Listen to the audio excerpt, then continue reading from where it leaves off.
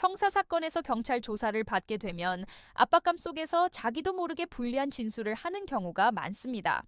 특히 수사관이 자백을 유도하기 위해 던지는 질문에 어떻게 대응하느냐가 사건의 방향을 결정하기도 하죠. 예를 들어, 반성하고 있죠? 또는 이런 행동은 잘못된 거 맞죠? 같은 질문은 단순히 도덕적인 반성을 묻는 것처럼 들리지만 사실은 범죄 혐의를 인정하는 진술을 이끌어내기 위한 장치일 수 있습니다.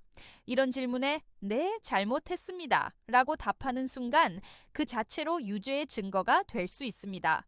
이런 유도 질문을 받으면 변호사와 상의 후 말씀드리겠습니다 라고 명확히 말하거나 즉답을 피하고 진술 거부권을 행사하는 것이 중요합니다. 질문의 의도를 파악하지 못한 채 섣불리 대답하는 것은 매우 위험합니다.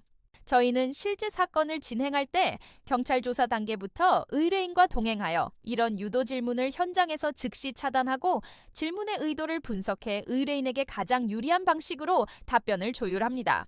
성범죄, 절도, 보험 사기 등 각 범죄 유형별로 예상되는 질문과 답변 시나리오를 미리 준비하고 조사 과정 전체를 변호사가 직접 챙기는 이유가 바로 여기에 있습니다. 성공 보수를 전제로 사건을 진행하지 않는 것도 저희의 중요한 원칙입니다. 이는 사건의 결과를 거래 대상으로 삼지 않고 오직 의뢰인의 권리 보호라는 본질에만 집중하기 위함입니다. 상담 단계에서부터 소송, 그리고 강제 집행과 같은 실질적인 결과 회수까지 사건의 전 과정을 하나의 흐름으로 보고 변호사가 직접 책임지고 관리합니다. 예를 들어 부동산 분쟁이나 전세 사기 사건에서는 공인중개사 자격을 바탕으로 계약 구조부터 권리관계까지 종합적으로 분석해 실질적인 해결책을 설계합니다. 이혼이나 상속처럼 장기적인 관리가 필요한 가사 사건 역시 감정적 대응을 넘어 미래에 발생할 수 있는 분쟁 가능성까지 차단하는 데 중점을 둡니다. 2014년 개소 이후 사건 처리와 관련해 어떤 분쟁도 없이 신뢰를 지켜올 수 있었던 것은 모든 사건을 눈앞의 결과만이 아닌 의뢰인의 삶 전체를 보고 현실적인 관점에서 접근했기 때문입니다.